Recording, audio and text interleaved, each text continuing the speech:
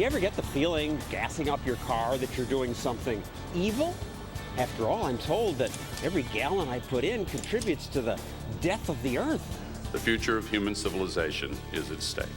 I'm told that the dollars I spend here wind up in the Middle East. So by doing this, I'm apparently funding dictators and terrorists. We know we can't power America's future on energy that's controlled by foreign dictators. So what am I doing?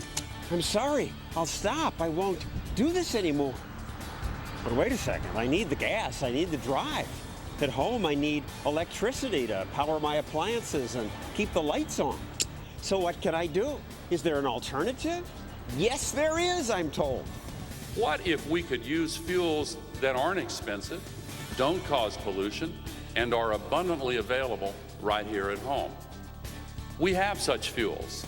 Yes, we do. We have the wind and the sun and heat trapped beneath the earth. In fact, we can start right now using solar power, wind power, and geothermal power to make electricity for our homes and businesses. In 10 years, he says, we can get all our electricity from these carbon-free sources. I'm T. Boone Pickens, and I have a plan. This billionaire, says Vice President Gore, is partly right. We can unleash wind power and free up America's natural gas to power our big trucks and bus fleets and save billions of American dollars. We can save billions by using the wind and natural gas? Wow. But if that's true, why do the billionaire and the vice president need our tax dollars?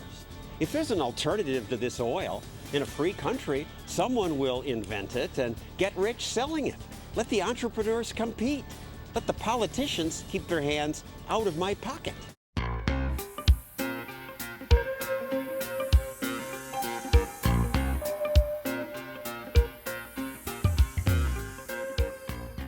Good evening.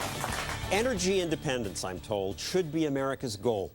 Today, we do buy a lot of oil from some very nasty people, dictators in Venezuela and the Middle East. What if they just cut us off?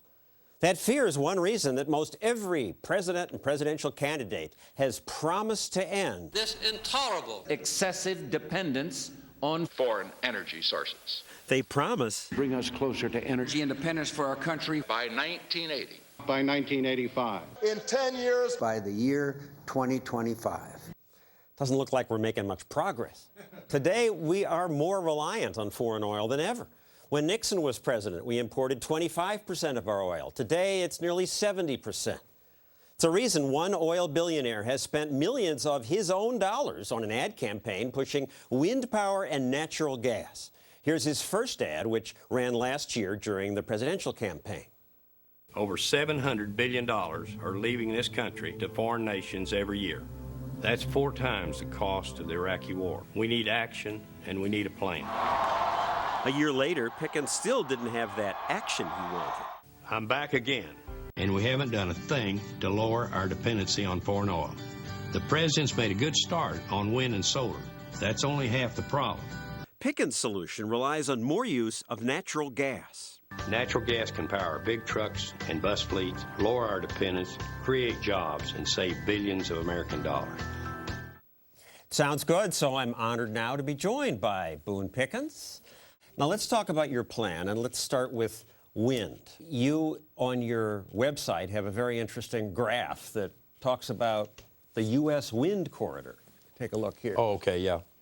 Tell us about that. The best wind in the world is in the United States. And I say, let's get started using it. Is it going to replace some large amount of power generation? Unlikely. You know what that pie looks like as well as I do. 52% of it's coal. And you even have people say we can replace 52%, knock out the coal, do it with wind. No. It's nonsense. So even though you promote wind, this is hyped. No. I want to get started on renewables. And I want to start using America's resources, and that's one of our resources. If wind and natural gas, which you also promote, are a good thing, why do you need my money? Your money. Why do you need subsidies? I didn't ask for very much. Well, I don't want to give you any.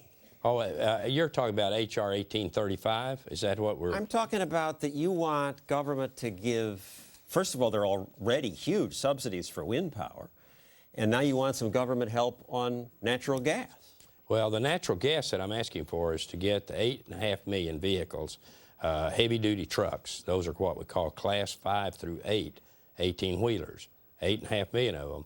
If we could get those on natural gas away from foreign diesel, it would cut the OPEC supply to the United States by more than 50%. So just do it. Get together with other rich guys and make a proposal. Why do you need my tax money? Rich guys and make a proposal. Well, go to Bill Gates. I don't know, but keep your hand out of my pocket.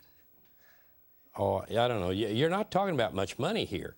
If under 1835, the bill that has 126 co-sponsors will come up for vote, it will pass.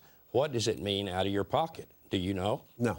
Okay. It'd be about I'll have less. $10 billion. I mean, you're talking about peanuts. Go back to sleep, America. The oil crisis is over.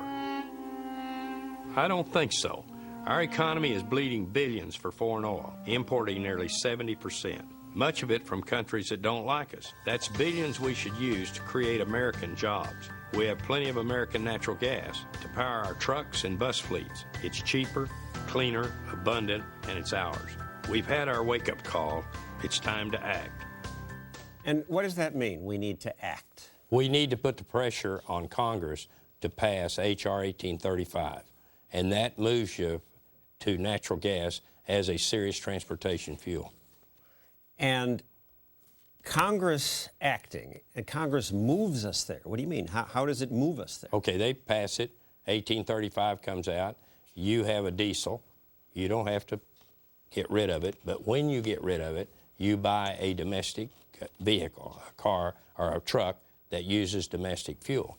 And with it, you get a $65,000 tax credit. The $65,000 tax credit, then, is acting. And your website calls subsidies and tax credits incentives. But it's an incentive because there's an incremental difference from the diesel to the natural gas 18-wheeler, and it's $65,000. Incentives are one thing, but you call them, I call them subsidies, and your website carries videos on how good those subsidies are for towns that install windmills like Sweetwater, Texas. You see restaurants and hotels and motels really thriving because there are a lot more workers here, a lot of activity going on in the community. They're building new houses like crazy, and at Highland we're getting so many kids that want to come to our school, and that couldn't have been made possible without the windmills. All right, wind farms receive tax credits. That creates jobs. That's a good thing? That's a good thing, yes. But now, just a second, I know where you're headed. I'm going to preempt you, is that you want a free market. Do you think that OPEC is a free market? No, but are we going to fix a non-free market by subsidizing wind power? Well, wind is priced off the margin. The margin is natural gas. So it's priced at the same price as natural gas is. So, but with natural gas at $5, you can't build much wind because natural gas has to be around $7. All right, so then you have a tax credit. You subsidize it. Sweetwater has all these jobs, and that's a good thing. But it's only the seen benefit. What about the unseen? If government subsidies really created jobs, then I can create jobs too with this baseball just by doing this. So, I thought you were going to miss it. Not a chance. You practiced. Right in the strike zone, too. So I just lost a piece of glass, right? But I've created a job for a glassmaker. Yeah, but I'm not destroying anything to create jobs. I'm creating something to create jobs. But you're pulling money with these tax credits from other taxpayers who might have spent it, just as I might have spent my money instead of on this glass or on the person to clean it up, to buy a shirt or to give it to charity. That's John, the we're not unseen asking cost. you to subsidize it. We are taking it out of what is paid in taxes. So you're not going to get to buy something. You know, I may be like the guy that fell off the 10-story building, that when he went past the 5th floor, he said, "I'm not dead yet."